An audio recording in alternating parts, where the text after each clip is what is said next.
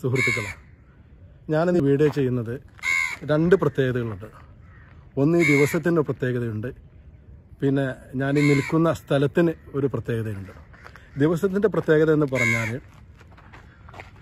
1922 ജനുവരി 20 മലബാറിലെ വിപ്ലവ നായകൻ വാര്യംകുന്നത്ത് കുഞ്ഞഹമ്മദ് ഹാജിയെ ബ്രിട്ടീഷ് പട്ടാളം പ്രഹസന വിചാരണ നടത്തി വെടിവെച്ച് കൊല്ലുന്നത്, വധശിക്ഷ നടപ്പാക്കുന്നത്. അപ്പോൾ ഇന്നേക്ക്, അത് ഇന്ന് ജനുവരി 20, ഇന്നേക്ക് 99 വർഷം പൂർത്തിയാക്കി 100ാം വാർഷികത്തിലേക്ക് ആ ചരിത്രം പ്രവേശിക്കുകയാണ്. അതാണ് ഈ ദിവസത്തിൻ്റെ പ്രത്യേകത. മറ്റൊന്നുള്ളത് ഈ സ്ഥലത്തിൻ്റെ പ്രത്യേകത ഞാൻ വിശദീകരിക്കാം. ഇത് നിങ്ങൾ കണ്ടിട്ടുണ്ടാവും. ഇതാണ് മലപ്പുറം. നമ്മൾ സായാഹ്നങ്ങളൊക്കെ തന്നെ 10,000-കണക്കിന് ആളുകൾ വന്നിരിക്കാനുള്ള സ്ഥലമാണ് മലപ്പുറം കോട്ടക്കുന്നാണ് ഈ കാണുന്നത്. ഈ കോട്ടക്കുന്നിൻ്റെ കിഴക്കേ ചെരുവിലാണ് വാര്യംകുന്നത്ത് കുഞ്ഞഹമ്മദ് ഹാജിയെ ഈ വധശിക്ഷ നടപ്പാക്കുന്ന സ്ഥലം. ഞാൻ ആ സ്ഥലം ഒന്ന് നിങ്ങൾക്ക് കാണിക്കാം. ഇതിൻ്റെ കോട്ടക്കുന്നിൽ വരുമ്പോൾ അതിൻ്റെ കിഴക്കേ ഭാഗത്തേക്ക് ഒന്ന് ജസ്റ്റ് ഞാൻ കാണിക്കാം. അത് കിഴക്ക് ഭാഗത്ത് സൂര്യൻ ഉദിച്ചിട്ടുണ്ട്. പിന്നെ ഇവിടെ വന്നാൽ, ഈ ഭാഗം വന്നാൽ മലപ്പുറം മഞ്ചേരി റോഡ് നിങ്ങൾക്ക് കാണാം, താഴെ കാണാം. ഇത് മലപ്പുറം മഞ്ചേരി റോഡാണ് ഈ പോകുന്നത്. അത് മലയാള മനോരമ പത്രത്തിൻ്റെ ഓഫീസാണ്, നിങ്ങൾക്കറിയാം. അവിടുന്ന് ഇങ്ങോട്ട് വന്നു കഴിഞ്ഞാൽ ഈ ഭാഗത്തെത്തിക്കഴിഞ്ഞാൽ കുറച്ചിങ്ങോട്ട് ഉള്ളോട്ടേക്ക് കോട്ടക്കുന്നിലേക്ക് തന്നെ ഇങ്ങോട്ട് കയറിയിട്ട് ഈ കിഴക്കേ ചെരുവിൽ വെച്ചിട്ടാണ് വാര്യംകുന്നത്ത് കുഞ്ഞഹമ്മദ് ഹാജിയെ വധിക്കുന്നത്. ഈ പ്രകൃതി രമണീയമായ സ്ഥലം, ഇത് കോട്ടക്കുന്നിൻ്റെ വലിയൊരു അനുഗ്രഹീതമായ ഒരു സൈറ്റാണ്, നമ്മൾ കാണുന്നുണ്ടാവും.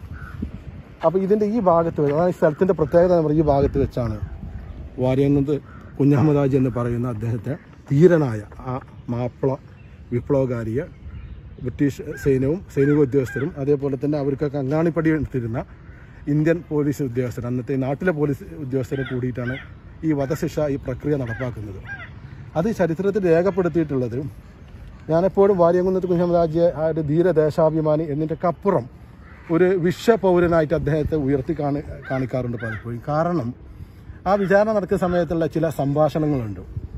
അതിൽ അവർ ചോദിച്ചു, സൈനിക ഉദ്യോഗസ്ഥരും ഈ വധശിക്ഷ നടപ്പാക്കാനുള്ള ഉദ്യോഗസ്ഥന്മാർ, വാര്യംകുന്നത്തിൻ്റെ മുഖത്തൊക്കെ മർദ്ദനമേറ്റ പാടുകളുണ്ട്, താടി രോമങ്ങളൊക്കെ പറിച്ചു കളഞ്ഞ ഒക്കെ പാടുണ്ട്, എല്ലാം വളരെ അവശനാണ്. പക്ഷേ അദ്ദേഹത്തിൻ്റെ കണ്ണിൽ നല്ല തെളിച്ചുണ്ടായിരുന്നു. കണ്ണിലേക്ക് നോക്കിയിട്ട് അവർ, എന്താ കുഞ്ഞഹമ്മദ് ഹാജി നിങ്ങളുടെ അവസാനത്തെ ആഗ്രഹം എന്ന് ചോദിച്ചു. അപ്പോൾ അദ്ദേഹം പറഞ്ഞു, ഞാനൊരു മാപ്പിള മുസ്ലിമാണ്.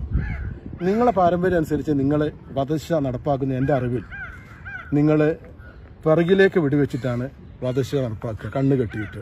എനിക്ക് ഒറ്റ ഡിമാൻഡേ ഉള്ളൂ, അത് നിങ്ങൾ പിന്നെ എൻ്റെ കണ്ണ് കെട്ടാൻ പാടില്ല, എൻ്റെ നെഞ്ചിലേക്ക് തന്നെ വെടിവെച്ച് കൊല്ലണം, അതാണ് എനിക്കുള്ള അവസാനത്തെ ആഗ്രഹം എന്ന് പറഞ്ഞു.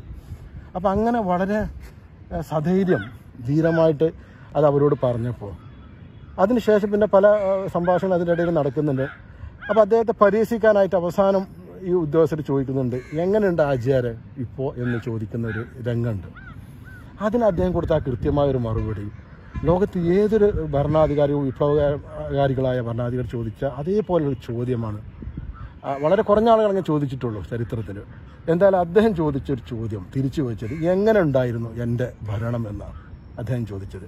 കാരണം ഈ ഏറനാട് വള്ളുവനാട് താലൂക്കുകൾ എന്ന് പറയുന്നത് ലോകത്തിൻ്റെ പകുതിയിലധികം പ്രദേശം ബ്രിട്ടീഷ് സാമ്രാജ്യത്തിന് കീഴിലാണ്.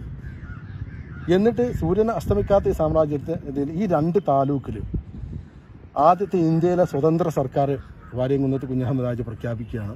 അവൻ 6 മാസം അദ്ദേഹം ഈ ഭരണം നടത്തി. ഗവൺമെൻറ്റിൻ്റെ പാസ്പോർട്ട് ഉണ്ടായിരുന്നു, ഗവൺമെൻറ്റിൻ്റെ സീലുണ്ടായിരുന്നു, ഗവൺമെൻറ്റിൻ്റെ ഒരു സ്വയംഭരണ ഗവൺമെൻറ് അദ്ദേഹം 6 മാസക്കാലം ഭരണം നടത്തി. അപ്പോൾ അദ്ദേഹം തിരിച്ച് ചോദിച്ച ചോദ്യം, ബ്രിട്ടീഷുകാരുടെ തിരിച്ച് ചോദിച്ച ചോദ്യം അതാണ്, എങ്ങനെ ഉണ്ടായിരുന്നു എൻ്റെ ഭരണം എന്നാണ് അദ്ദേഹം ചോദിച്ചത്. അത് വലിയ ഒരു ചോദ്യമായിരുന്നു.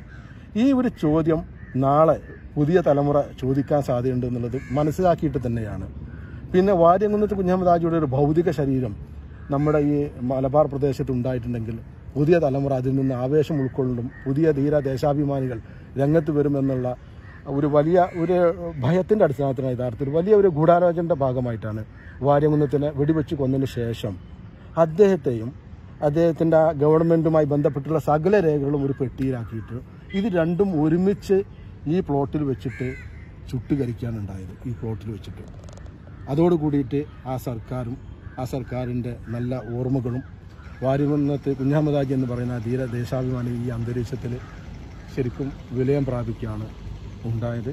നമ്മൾ കോട്ടക്കുന്നിൽ നമ്മൾ പലപ്പോഴും വരാറുള്ളതാണ്. നമ്മുടെ പുതിയ തലമുറയ്ക്ക് ഈ സ്ഥലം നിങ്ങൾ പരിചയപ്പെടുത്തി അവർക്ക് അവരുടെ മുൻകാല അവരുടെ നേതാക്കന്മാരെക്കുറിച്ച് ഈ ധീര ദേശാഭിമാനിയെക്കുറിച്ച് നിങ്ങൾ പറഞ്ഞു കൊടുക്കണമെന്ന് മാത്രം അഭ്യർത്ഥിക്കുന്നു. ജയ് ഹിന്ദ്.